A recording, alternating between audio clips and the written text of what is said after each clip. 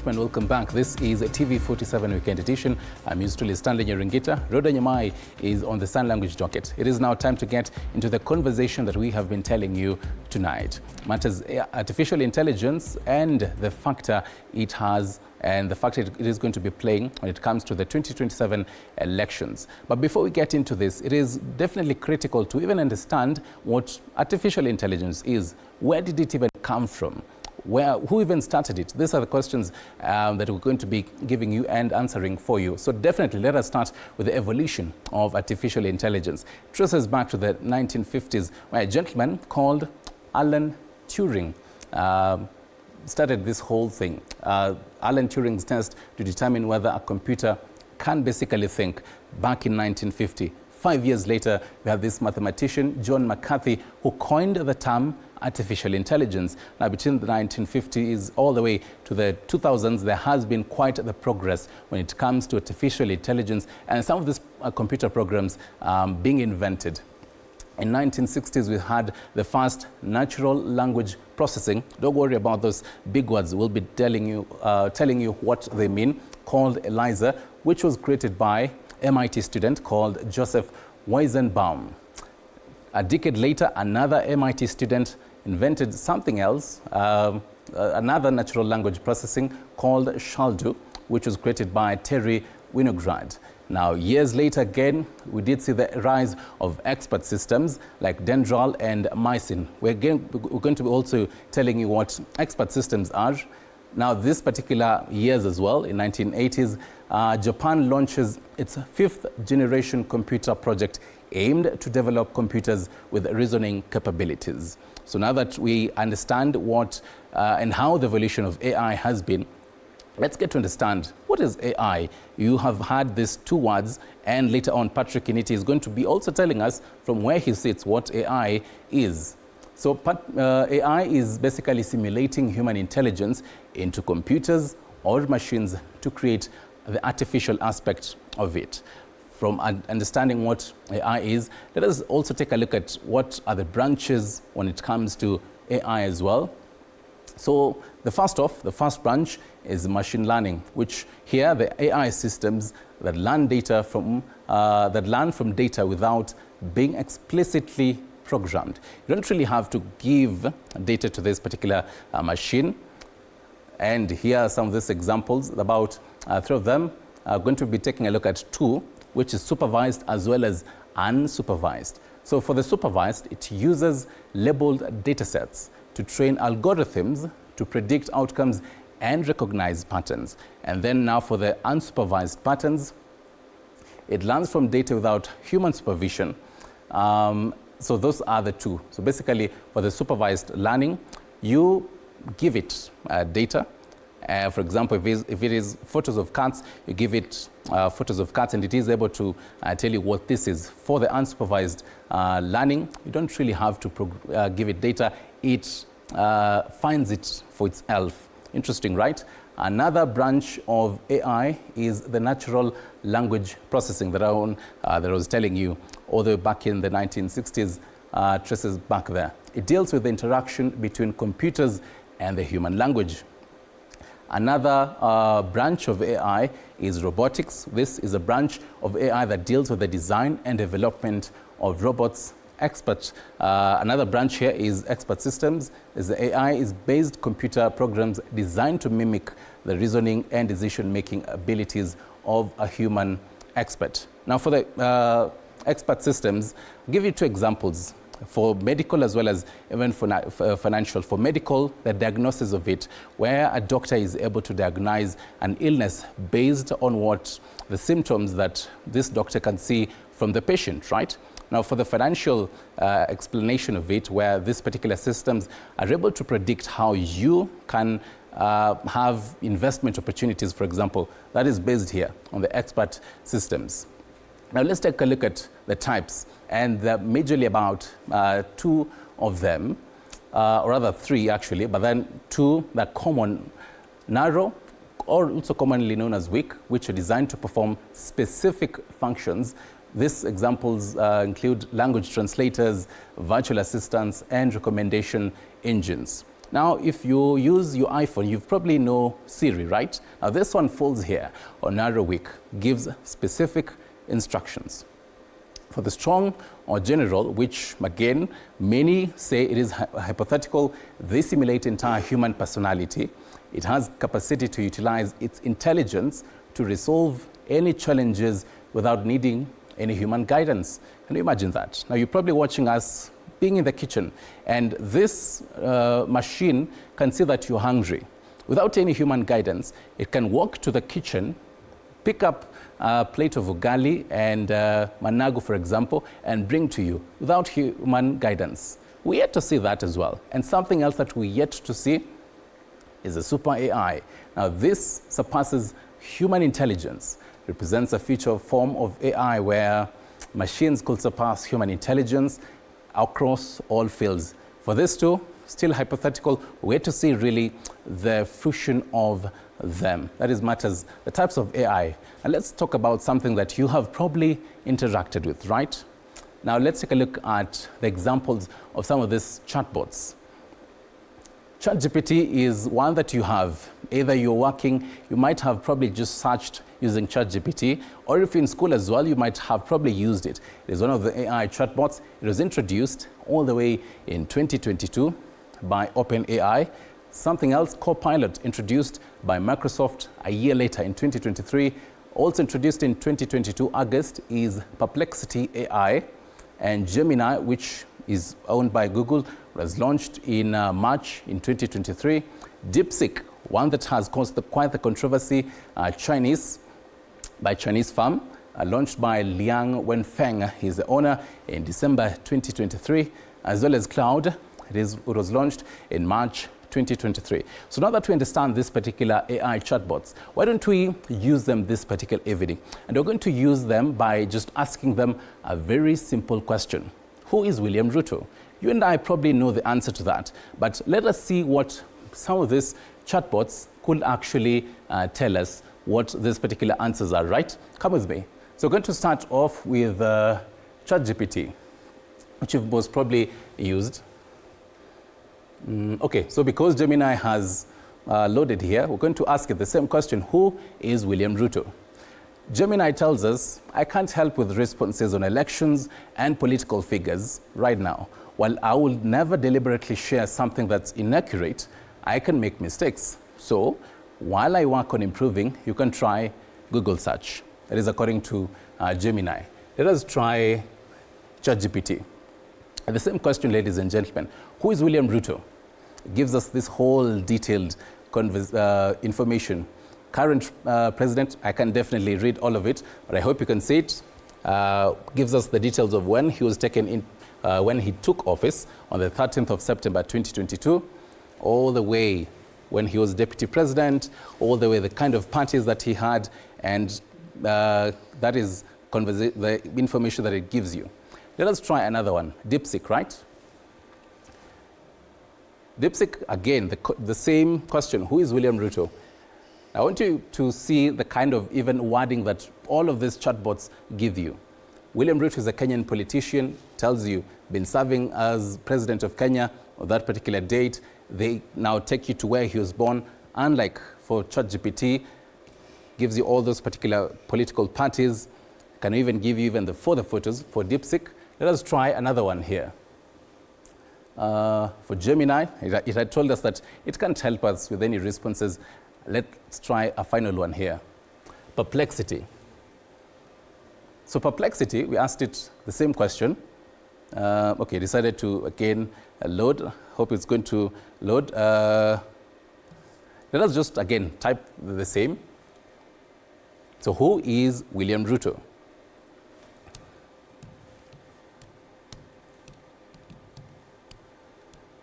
And there you have it, the same.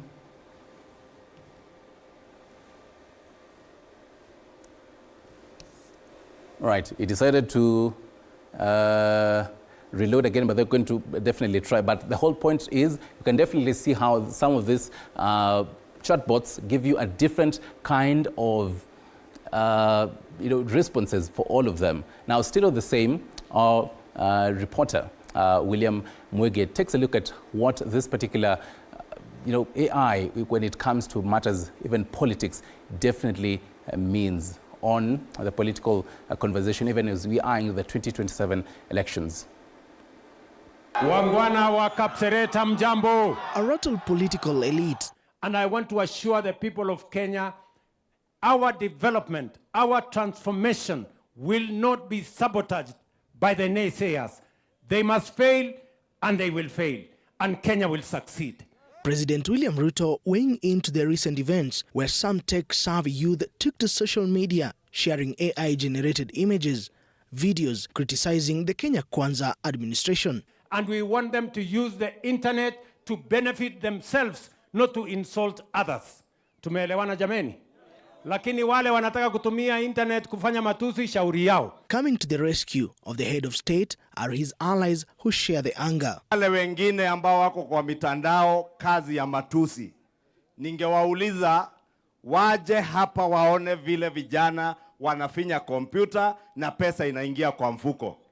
Sababu ile ya kupiga kelele kwa mitandao ulipwe na wanasiasa, hiyo ni pesa ambayo hawezi kukusaidia. The testing of limits of the freedom of expression setting into motion the future outlook of the country's political landscape. Look at the social media space in Kenya today. See the toxicity that is there. See the trolling and the insults and the abuse. That a tool that would have been so useful in the development of the human mind and in the development of human enterprise is reduced to a trolling machine. Let's create a good environment within these platforms so that even when your son or daughter is sitting next to you on a sofa, you will see that the things they are doing are responsible things. We have to discuss ourselves. Indeed, in Kenya, the election process is characterized by competitive and periodic elections. In a cycle of 5 years, the country witnesses a supposedly do-or-die political situation. Politics is very difficult and very expensive and very costly. Probably the only people who enjoy politics are the ones who do it for the money. You know, our Kenyan politics is so much premised on propaganda. Our Kenyan politics is also, how do I put it? It's also so much centrally placed on a lot of innuendos, whereby we have the people of Kenya. When you feed them a story, they rarely confirm. Since the dispensation of the 2010 Constitution, a new political lifeline was birthed. Political camps in the run-up to the elections will deploy technology to sway votes to their favor. In 2013, the country witnessed former President Uhuru Kenyatta heavily investing on Meta-owned social media platform Facebook to run an intensive online campaign against his then-rival former Prime Minister Raila Odinga. In 2008, when President Barack Obama introduced a new way of campaign using technology, and that was using Facebook, and Facebook was just new. I think in 2013, now we also went the Obama way.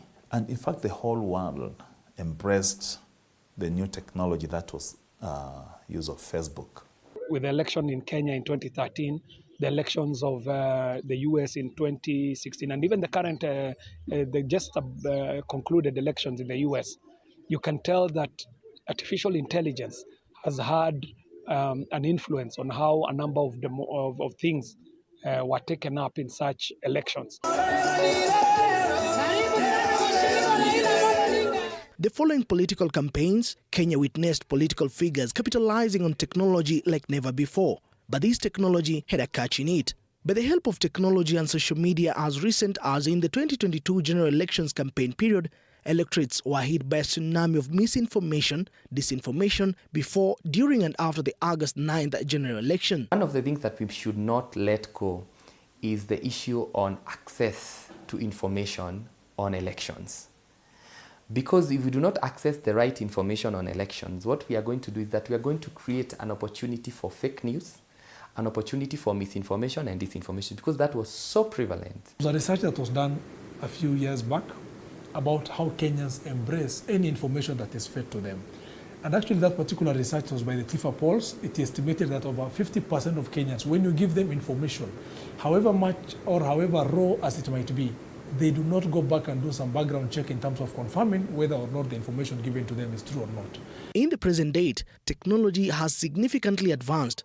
Kenya is considered as the pride of Eastern Africa as a regional software hub, where it is one of the 10 fastest growing digital economies in the world with impeccable ICT infrastructure, internet connectivity, and a menu of available digital services, leaving Kenyan to a great exposure to the ICT world. You'll find these Kenyans, they may lack food, but they're so much interested in getting a penny so that they're able to afford internet. If they walk into an office or a restaurant, the first thing they ask for is the internet. Why?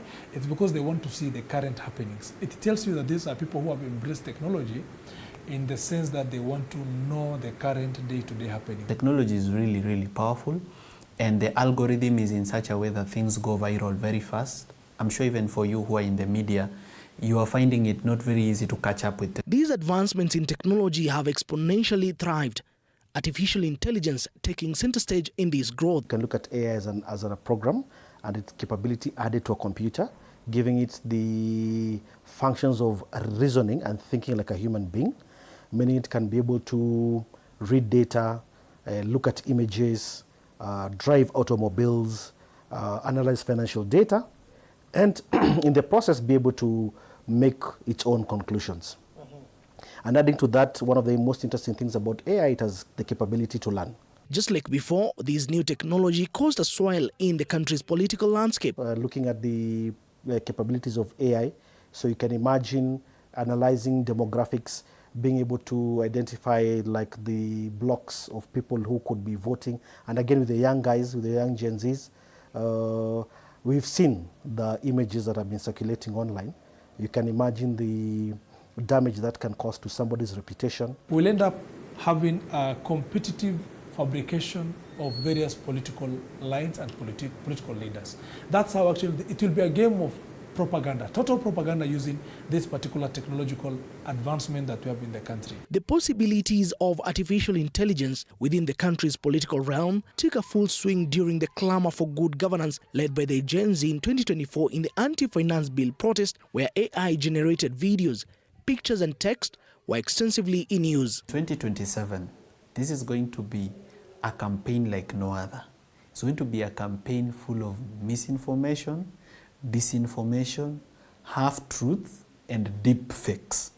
So it will be very difficult for voters to be able to sift through the material that they are consuming on their smart devices. We might find ourselves in a scenario where every political faction is able to use propaganda, and they will use AI and other technological advancements to create a tool of propaganda or create a fabrication of the other political faction. So it's much about perceptions and information that is being propagated there, and mostly is usually misinformation and disinformation, especially during the political processes. The online activities are fueled by the significant percentage of Kenyans active on various social media platforms. A survey conducted in 2022 indicates that out of a population estimated at 55.6 million, 23.35 million people had access to the internet as of January 2022, a total internet penetration rate standing at 42%.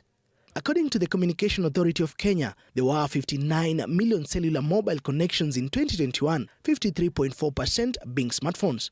The Media Council estimates the country has 12 million active social media users. The biggest risk that we have with the emergence of AI, especially within this democratic process we are calling elections, I think the biggest risk is misinformation. That we are calling artificial intelligence is like a tool. A tool is what you do with it. If you take a knife, you can prepare dinner, but the same knife can kill. Now, with so much power placed in the hands of a human in the form of AI, we need to ask ourselves, is man responsible enough to handle what is just about to be thrown at them? More advancements are being made on artificial intelligence, each ticking second. A few days ago, a China-based company caused a buzz after the launch of an AI platform, DeepSeek, which is said to provide advanced artificial intelligence models, particularly for tasks such as natural language processing, data analysis, and various machine learning applications. Experts are sounding the alarm that technology is going to be depended on heavily in the upcoming polls, changing how the country's politics are going to be carried out. Going forward, I think campaigns are going to be done technologically. Rallies are going to be minimum. You just post something on your TikTok, Instagram, Facebook, X, and the young people will see. Even the fact that most of the voters will actually be young guys who are already tech savvy.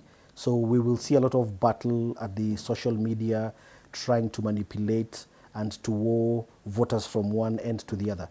Then also remember, the beauty of technology is that I could host an X-Space, like for instance today, have 100,000 people attend at any time of the day without spending a coin. Remember, when you go to the village and put up a tent or go to a social hall, you can only probably reach 100 people. But if Morara, with his 800,000 followers on TikTok, posts a video, he can reach 1 million people. I've had my videos reaching 1 million people, sometimes even up to 2 million people. That is nothing that a rally cannot do that. Most people nowadays are actually going into mass rallies just to see the leaders. They've never seen them anyway. They just see them on TV. They just want to see the real person. But the real mobilization is happening online. It's happening online. With more advancements expected in the near future, on how the nation weathers through will not only put a test to the country's political landscape, but also the current legislations that are in place. A little can be done around AI, because remember, this is an evolving technology. If you say, for instance, you want to shut down social media, it's not possible, because our day-to-day lives heavily relies on connectivity.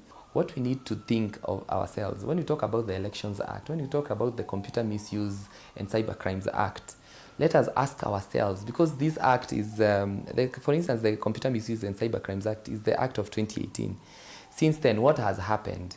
How can we adjust? How can we amend some of these laws to ensure that they are up to date and they are able to deal with the challenges that we have? We need policies, laws, regulations that place responsibilities, so that we know which responsibility shall be placed on the developer, which one is placed on the user, which one is placed on the deployment. The laws are there, you know, misuse of computer and cybercrime, it's there. If you are angered by anything that has been put there and you think it is part of a crime, report the crime. Kenya boasts to be among one of the countries with the fastest technological penetration. 2027 is fast approaching. Keen enough, with the recent happenings, it is a clear indication that once again technology will play a critical role in shaping the country's political landscape. Mwege William, TV 47. Right, thank you very much, Mwege William, for that. And definitely tonight we take a look at how, as he says, how AI will shape up the 2027 elections. A beautiful piece, their analysis, and we're getting even more analysis tonight here by Patrick Kinti. He is a senior systems engineer at Techmax Africa. Karibu sana. Thank you. I know thank you. I know you're following up on Mwege's story. Something that probably you picked up on it. Yeah, definitely. I think following up on the conversation, especially with AI, one of the key things that we need to be aware of is that this is technology that is constantly evolving. So two things to think about: our social fabric as a country.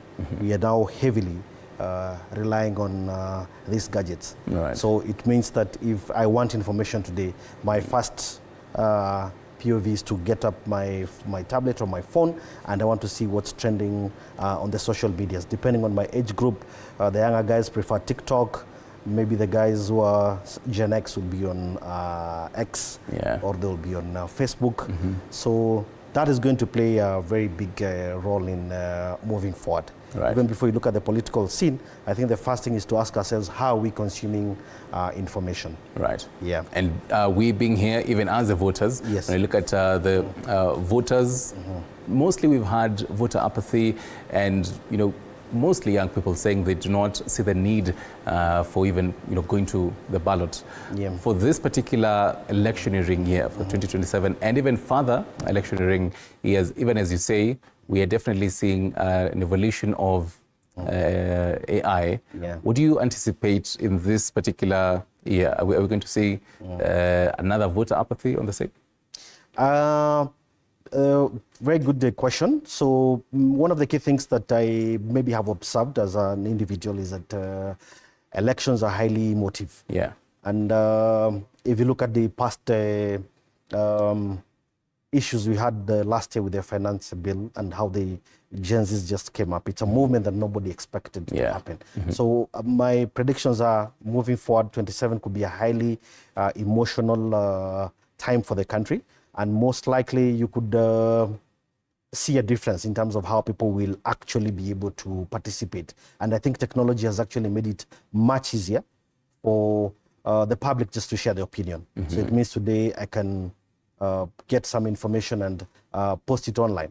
And because of that convenience that I don't have to be in the streets, especially to have my voice heard, that has actually created a big a platform for people to start to engage and to actually air their views. Right. So the interesting aspect here is to see how is this technology going to impact us moving forward. And if we start with the basic stuff of, let's look at if somebody sends you something to that's trending.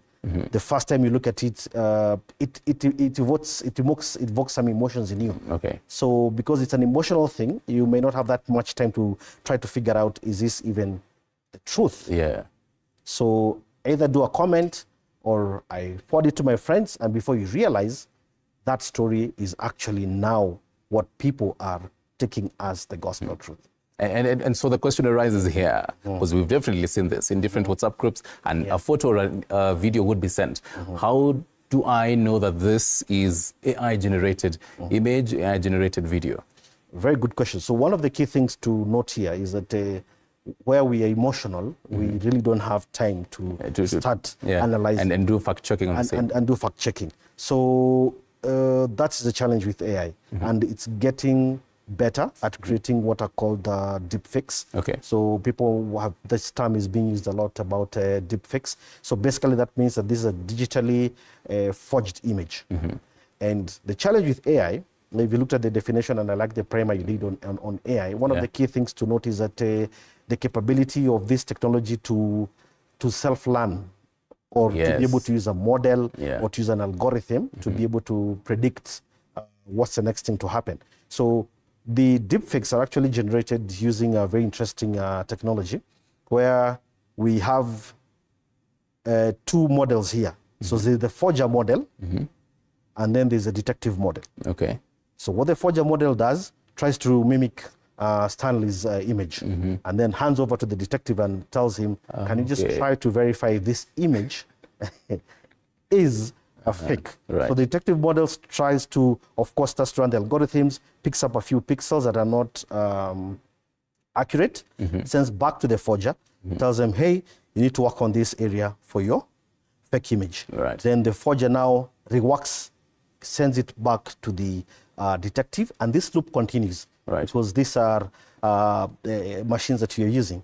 So at the end of the result, you could have a pixel perfect image that I can generate of you, and it will be very difficult for even yourself to be able to see, is this my image or is this a deep fake that has actually been generated? Are there basic tools that for people at home they can use to verify and do fact checking? Because as you say again, it definitely creates quite an emotive feeling when you see a certain political figure that you support saying certain words that he or she did not actually say. So are there certain tools that we can use to verify the same? Yeah, so that would put us in forensics, digital forensics. So that's maybe a field that is out of reach for the normal user. Okay. And again, when you start looking at things like the synthetic voices that are being created right now, they are very accurate. Actually, the last election for the US, there's a very interesting deepfake that was going around for Joe Biden. Yes, and then Donald Trump, the whole conversation, Yes, so especially the clips, they are really, unless forensics is done, you'll not be able to detect whether this is a true clip or not. it's a true or false clip. For the videos, some of them that are done quickly, you can easily tell. But also the problem is that already the damage has been done. Yeah. I remember I saw one for a very funny clip for Joe Biden where he was doing the anthem, but he was just running, they were putting a cartoon song in the background. So the first time I saw it, I laughed and I was like, before you realize, you're like, the damage has already been done. Yeah. Right. So that means even before you share something to someone else, you have to look at it a number of times so that you even tell out the features and everything on the same. So that happens. So let me just allow me to digress a little bit into the issue of deepfakes. Right now, one of the main challenges globally is around scamming, especially crypto scamming. Just to show you how this technology has evolved. So most of the scammers right now would pick up public figures. People like Elon Musk are being used to create fake adverts on crypto opportunities. And this is in the fast world, and the people are falling victims to these scams. So you can imagine you're talking about where people are investing their money. I read a story the other day of somebody who actually, so I was watching the clip on YouTube. There's one pensioner in Australia who lost 450,000 Australian dollars. Wow. To these scammers, because the advert was done on social media, of course using deepfake, but once they baited him, now real scammers call him and they start to engage him. So you can imagine this is matters of people actually investing and they're getting scammed. So when it comes to a political issue, which is highly emotional, you can imagine how decision making is going to be done. So things like somebody could come and say that they're stepping down. It's 12 hours to the election. Yeah, okay. By the time people are trying to figure out whether, this is true or false, the elections are over. And the fact that you actually mentioned that Samuel wanted to get into the Independent Electoral and Boundaries Commission in the process of reconstituting it right now, even as we head to 2027. For the ones that are going to be taking the helm of this IBC, the leaders there, the ones who are going to be participating in the same, what do they need to know about AI? What kind of an IBC do you foresee that really understands how AI works, what you're talking about? I think they need to be very tech savvy. They definitely need to have a proper and a strong department internally, especially in IT, that is able not only to understand but continuously monitor. So from that perspective, they can play a very good role in terms of educating the masses, because that could have a deterrence. I think once they educate the masses that this could be happening potentially, then that could maybe reduce the impact. But we can't brush it away and say that, we're going to deal with this thing in its all entirety. Right. And now that again speaks on matters regulation. There is, because now here the government is walking a tightrope. It's got a delicate balancing act for the government. One hand, you have to regulate artificial intelligence. But on the other hand, you seek to, have freedom of speech for the people and make sure that there's transparency and all that. How does the government manage this delicate balancing act? Yeah, so again, when it comes to regulating AI, so we can maybe just take a step back and let's look at even the tech firms, okay? If you look at these giants, when AI was really starting to become like an in thing, one of the key things was being asked is how do we regulate Google and Microsoft? Yeah. So you realize the CEO at Google say, I can self-regulate, but I don't know what these other guys doing behind the scene. Yeah. So even before we start looking at the political scene, you can imagine in our East African community, assuming one of our neighbors, they are deep at work in terms of enhancing their technologies and enhancing their service delivery. When you regulate, then you're telling the local people is that maybe this and this is not allowed. So that becomes like a big challenge for, maybe in my view, for government to first of all think about regulating, because they're the benefits of AI. We can't just come and zoom in and say because it can create some deepfakes, now we need to get rid of the technology. We need to first of all ask ourselves, how can it benefit the society? Then in that context, you start to be able to put parameters and say, then maybe we can tighten our laws and say X, Y, Z. But the other challenge again with social media, the issue of parody accounts. So today I don't need to have my own identity. I can even steal your identity. I could take your photo, go to any of these social media platforms, create an account with your name, and they use your photo.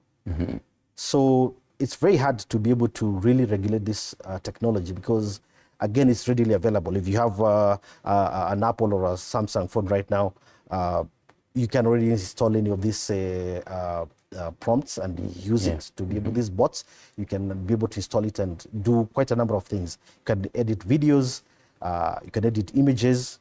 So that can be a very difficult conversation to have, but maybe look at it from the goodwill aspect and then be able now to put restrictions around it. Yeah. Another possible challenge, and we've definitely seen this on regulating even social media at large, is the government telling this social media accounts and owners really that they need to have a physical presence in the country. How should we go about this conversation? Because when you look at, let's say, for example, DeepSeek, now that the models update every single time, have a 2.0, in a few months they have a 3.0, because there's quite the rush because there are quite many of them in the world. How can the government go about that conversation of, yes, we understand as DeepSeek, as ChatGPT, you're here, but this is how you, being in our country, this is how you're going to operate? I mean, that's a very difficult conversation to have because we say data has no boundaries. Today, you say have a social, you have an X account. So the question is, where is your data residing right now?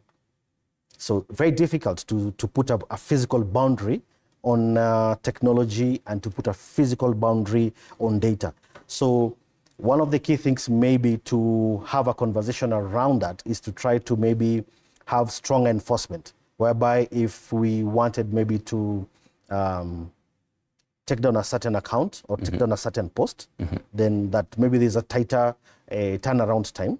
But again, the same, the other side of the coin is that some of these platforms like X is owned by Elon Musk, who his philosophy is open and freedom to speech.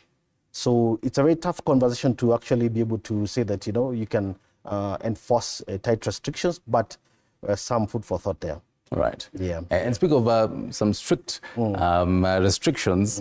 Now, on Friday, that was the 31st of January, there was a data breach, the Business Registration Service. I'm taking a look at a certain memo that was brought out by the BRS today afternoon, saying the official statement from the Business Registration Service, BRS, on this particular potential data breach. For such, and the last time we did see such a big amount of data breach was way back at the airports, JKIA particularly. For such, and so even as we're going to take a short break, would like to know how can we navigate such? This is your forte here. Matters cybersecurity. It really touches on artificial intelligence. We're taking a short break, ladies and gentlemen. When we come back, we'll be diving into this particular evolution of AI, just getting into cybersecurity, the kind of recent cases that we've had, and much more. Don't go too far.